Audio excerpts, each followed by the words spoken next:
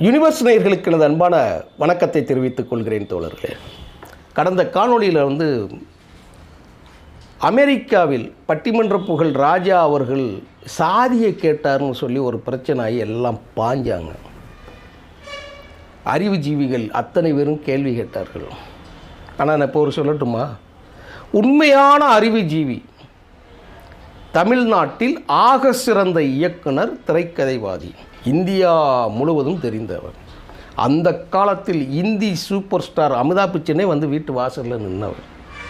பாரதி ராஜாவும் இளையராஜாவும் ரஜினிகாந்தும் கமலஹாசனும் அத்தனை பேரும் வியந்து பார்க்கக்கூடிய உச்சத்தில் இருக்கிற சாதி சாக்கடையை தூக்கி செமந்து மேடையில் புளிஞ்ச ஒரு கதை தான் இருக்குது. அதைத்தான் இன்றைய காணொலியில் நான் சொல்ல போகிறேன் தோழர்களே.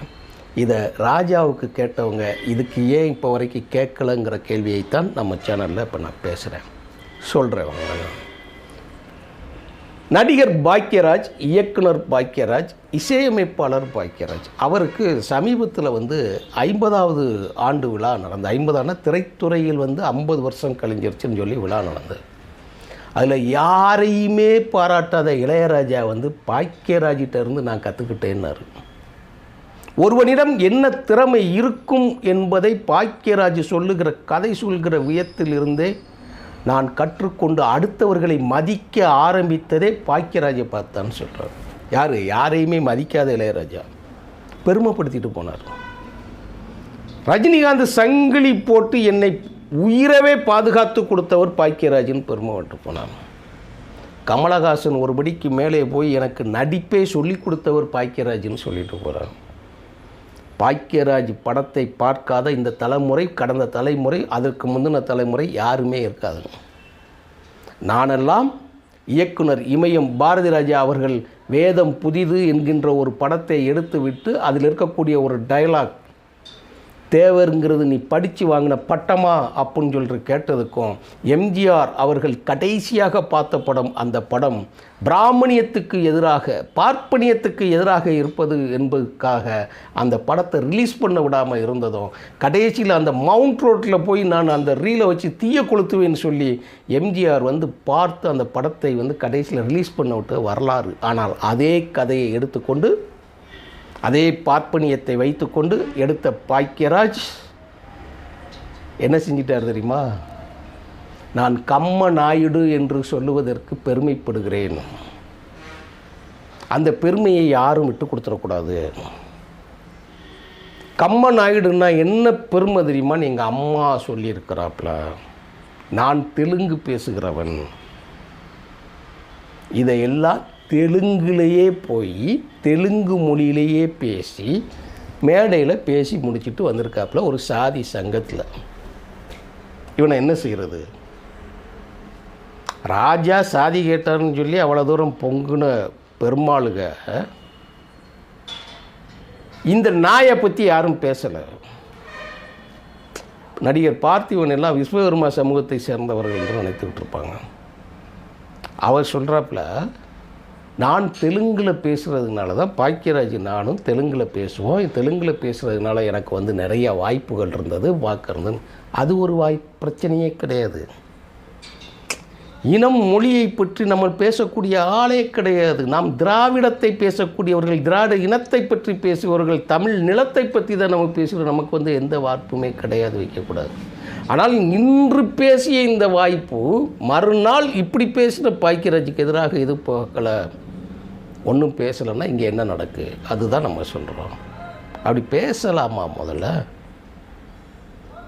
சாதியை யார் பேசினாலும், சாதியை யார் தூக்கி பிடித்தாலும், சாதி பெருமை எவர் பேசினாலும் அவனுக்கு செருப்பால் அடிக்கணும்னு நம்ம பேசுகிறோம். அப்படிப்பட்ட இடத்துல இப்படி நடந்துக்கிட்டு இருக்கிற ஒரு சமயத்தில் தெலுங்கில் பேசி கம்ம நாயுடு என்பதில் நம்ம பெருமை கொள்வோம், தெலுங்கில் பேசுவோம். என்ன நடக்குங்க தமிழ்நாட்டில்? என்ன நடக்கிறதுங்கிறது ரொம்ப முக்கியமான விஷயம். ஆக சிறந்த ஆளுமைகள். நான்லாம் வாழுகின்ற பகுதி ராஜபாளையம் பகுதி. ராஜபாளையம் நகரத்தில் தெலுங்கு பேசும் மக்கள் தான் அதிகம். தாயும் பிள்ளையுமாகத்தான் நாங்கள் பழகுவது உண்டு. மொழியால் நாங்கள் பிரித்தோ விலகியோ சென்றதாக எனக்கு நினைவே கிடையாது, ஒன்றுமே கிடையாது. என் ஆக சிறந்த நண்பர்கள் அத்தனை பேருமே தெலுங்கை தாய்மொழியாக கொண்டவர்கள். ஆனால் அவர்கள் தமிழர்கள் தான் என்பதில் நான் நேற்று கூட ராஜபாளையத்தில் ஒருவரிடம், என்னுடைய தோழரிடம், பேர் வேண்டாம் நம்ம பேசுகிறோம் வச்சோம். ஆனால் இப்பேற்பட்ட ஒரு இயக்குனர் போய் பேசுகிற பொழுது அது போய் என்ன ஆகுதுன்னா, அந்த வீச்சு போய் ரொம்ப கடைக்கோடி வரைக்கும் போய் சேரும். இந்த சீமானை போல ஆட்கள் இதைத்தான் பிரச்சனையாக வைத்து தமிழ் நிலத்தில் தந்தை பெரியாரையே அசிங்கப்படுத்துவதை, பேரறிஞர் அண்ணாவின் அரசியலை அசிங்கப்படுத்துவதைப் போல முதலமைச்சர்களை, பழைய திராவிட இயக்கத்தின் ஆகப்பெரும் தலைவர்களை அவதூறுகளாகவும் அசிங்கப்படுத்தியும் பேசக்கூடிய தொடர்களுக்கு மத்தியில் இந்த நேரத்தில் இப்படி ஒரு பிரச்சனையெல்லாம் நம்ம எண்ணத்தை இலவ கொட்டுறது, நம்ம எப்படித்தான் போகிறது? ஒன்றும் இல்லைங்க, திருச்சியில் ஒரு சம்பவம்.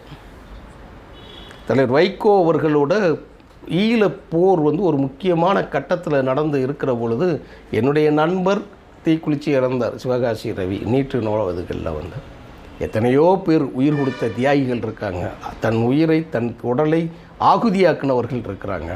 அதில் தலைவர் வைகோ அவர்கள் குடும்பத்தை சேர்ந்த தோழர் சுரேஷ் அவரும் மரணம் அடைந்தார் தீக்குளித்த இதுகளில். அதை அசிங்கப்படுத்திய கும்பல் தமிழ் தேசியம் பேசக்கூடிய சீமான் கும்பல். அதற்கு காரணம் என்ன சொன்னாங்க தெரியுமா? தெலுங்கு என்கின்ற மொழியை பயன்படுத்தினார்கள்.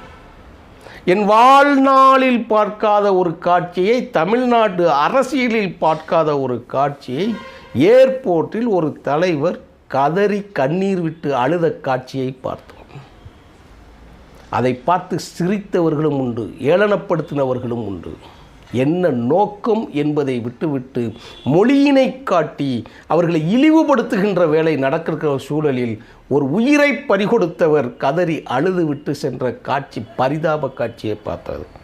அதுக்கெல்லாம் என்ன காரணம் தெரியுமா? இப்படி பாக்கியராஜ் மாதிரி ஆளுக தான் காரணம். யார் போராளி யார் கோமாளி என்கின்ற வித்தியாசம் தெரியாமல், செக்கு எது சிவலிங்கம் எது என்று தெரியாமல் நாயினை பற்றி சொல்வார்களையா, அப்படி ஒரு செய்தியே வந்தது. இதற்கு கூடுதலாக ஒரு செய்தியை நான் சொல்லுகிறேன். பாக்கியராஜுக்கு கண்டனம் தெரிவிக்கிற வகையில் தான் நான் சொல்கிறேன். எல்லோருக்கும் ஒரு இனம் உண்டு, எல்லோருக்கும் ஒரு மொழி உண்டு. ஆனால் நாம் எந்த நிலத்தில், எந்த நேரத்தில், எப்படிப்பட்ட அரசியலில் வாழுகின்றோம் என்பதை புரியாமல் பேசக்கூடாது. அதற்காகத்தான் நான் இப்படி ஒருபட்ட செய்தியை நான் சொல்லுகிறேன். எனக்கு நெருங்கிய நண்பர் குடும்பத்தோடு இருக்கிறார், மிக முக்கியமான பட்டிமன்ற பேச்சாளர். அவங்க ஆல் இண்டியா ரேடியோவிலையும் அவர்கள் தனிப்பட்ட நிகழ்ச்சிகளை தொகுத்து வழங்கக்கூடிய என்னுடைய நண்பர். யார் என்று தோழர்களுக்கு புரியும், நான் பெயர் சொல்ல வருவேன். எனக்கு செய்தி அப்படிப்பட்ட செய்தி. அந்த தோழர் ஒரு நிகழ்ச்சியில் பேசுகிற போது சுந்தர தெலுங்கு என்கின்ற வார்த்தையை பயன்படுத்தி விட்டார் ஒரு செய்தியில். அது ஒரு பேச்சில் வெளில வரும்போது வந்துருச்சு. உள்ளே இருக்க ஒரு செய்தியை ஒன்று சொல்லிட்டாங்க. நான் அந்த வீட்டில் சாப்பிடவும் செய்திருக்கக்கூடிய எனக்கு நெருக்கமான தோழர்கள், அவர்கள் உள்ளாட்சி பிரதிநிதிகளாகவும் அரசியல் பிரதிநிதிகளாகவும் இருக்கக்கூடியவர்கள். அவர் மறுமலர்ச்சி திமுகவை சேர்ந்த, நான் பகுதியை சொன்னால் அதனால் நான் எதையும் சொல்லலை, எல்லாருக்கும் தெரியும். தேவைப்பட்டால் நான் தனிப்பட்ட முறையில் நான் சொல்லுகிறேன். உள்ளே இருக்கிறார், மிக முக்கியமான ஆளுங்க. அவரை சொல்ல உடனே அந்த செய்தி காட்டு தீயா பரவி என்ன பண்ணிட்டாங்கன்னா திரிச்சிட்டாங்க. தமிழை விட தெலுங்கு பெரிது என்று இவர் சொல்லுகிறார், இவரை எப்படி கட்சியில் வச்சுருக்கிறாங்க என்னங்கிற மாதிரி ஒரு செய்தியை பேசி, அன்றைக்கு திமுகவுக்கு எதிர்நிலையில் இருந்தக்கூடிய மக்கள் நல கூட்டணியெல்லாம் முடிஞ்சு இருக்கக்கூடிய அந்த இன் பெட்வீன் பாலிட்டிக்ஸ் அந்த அதாவது ஜெயலலிதா கலைஞர் மறைவுக்கு இடைப்பட்ட அந்த நேரம் பற்ற வச்சுட்டாங்க. டெல்லியில் இருந்த தலைவர் வைகோ என்ன பண்ணான்னா, இப்படி ஒரு பேச்சை கேள்விப்பட்டிருக்காங்கன்னு சொல்லி அவ்வளவு நாள் கட்சிக்கு உழைத்த கணவர் மனைவி 2 பேரையும் கட்சியை விட்டே நீக்கிட்டார். அடிப்படை உறுப்பினர்ந்தே நீக்கிட்டாங்க. அவங்க எவ்வளவோ விளக்கம் கொடுத்தார்கள், எவ்வளவோ போகிறாங்க மறுசீரமைக்க. எப்பொழுது நீங்கள் இப்படிப்பட்ட ஒரு விமர்சனத்தை நீங்கள் கட்சிக்கு வாங்கி கொடுத்தீர்களோ, உங்களை கட்சியில் நான் வைத்திருக்க விமர்சனத்தை ஏற்றுக்கொள்ள விரும்பவில்லை, தவறுதான், என்னை விட்டு விடுங்கள் என்று சொல்லி கட்சியிலிருந்து விலகிட்டார். இன்னைக்கு வரைக்கும் சேர்க்கலைங்க, இன்னைக்கு வரைக்கும் சேர்க்கலாம். என்ன காரணம்? மொழி.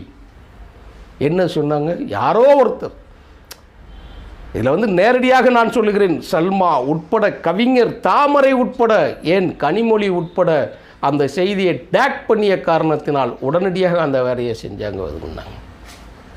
இப்போ என்ன ஆகுதுன்னா, நாட்டுக்கு உழைக்கின்ற தலைவர்கள் மொழியின் சிறுபான்மையினர் என்கின்ற கருத்தினால் அவர்களை இழிவுபடுத்தக்கூடிய வேலைகள் இதன் மூலமாக தொடக்க ஆரம்பிக்கிறது.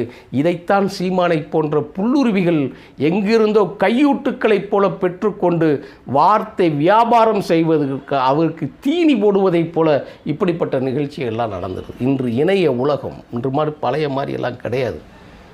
எங்கிருந்தா ஒருத்தர் ரெக்கார்ட் பண்ணிக்கிட்டு இருப்பான், எங்கிருந்தோ ஒருத்தன் காணொலி எடுத்துக்கிட்டு இருப்பான். நீங்கள் என்ன செய்தி பேசினாலும் அந்த செய்தி வெளியே வந்துடும். அதோட விளைவைத்தான் நீங்கள் அனுபவிச்சுக்கிட்டு இருக்கோம். இப்போ என்ன பிரச்சனைனா, எங்களைப் போல இந்த மண்ணை நேசிக்கக்கூடியவர்கள், இந்த மொழியினை நேசிக்கக்கூடியவர்கள், இந்த திராவிட இயக்கம் நிலைத்து நின்று தமிழர்கள் வாழ்வில் மென்மேலும் ஒளிவர வேண்டும் என்று போராடி கொண்டிருப்பவர்களுக்கு இந்த பாக்கியராஜை போல ஆளுகள் இந்த மாதிரி பேசிவிட்டு செல்லுகிறது. நாங்கள் கெட்டுகிற சமநிலைப்பாடு இருக்கு இல்லையா, அதை எளிய மொழியில் சொல்லணும்னா, இதுக்கு இலவு கூட்டுறதே எங்களுக்கு பெரிய வேலையாக இருக்குது. எதிரிகளின் வாய்களுக்கு தீனியை போடுவது போல் பேசிட்டு போயிடுறாங்க, வச்சிடறாங்க. எப்படி இதை நாங்கள் எதிர்கொண்டு மக்களிடம் விளக்கம் சொல்லுவதுங்கிற கூட தெரியலை வைக்கிறார். இதை நான் பேசுகிற இந்த காட்சியை நேற்றைய பட்டிமன்ற ராஜாவோடு சாதி புகழோடு இதை ரெண்டு இணைச்சி பார்க்கணும். அதை நாம் எப்படி எதிர்கொள்கிறோமோ இதையும் நாம் தவிர்க்க வேண்டும் என்பதை சொல்வதற்காகத்தான் இந்த காணொளியை நான் போடுகிறேன். கலைஞர்களுக்கு ஜாதி, மதம், இனம், மொழி கிடையாது. அதை போல பாக்கியராஜ் புரிஞ்சுக்கணும். நன்றி, வணக்கம் தோழர்களே.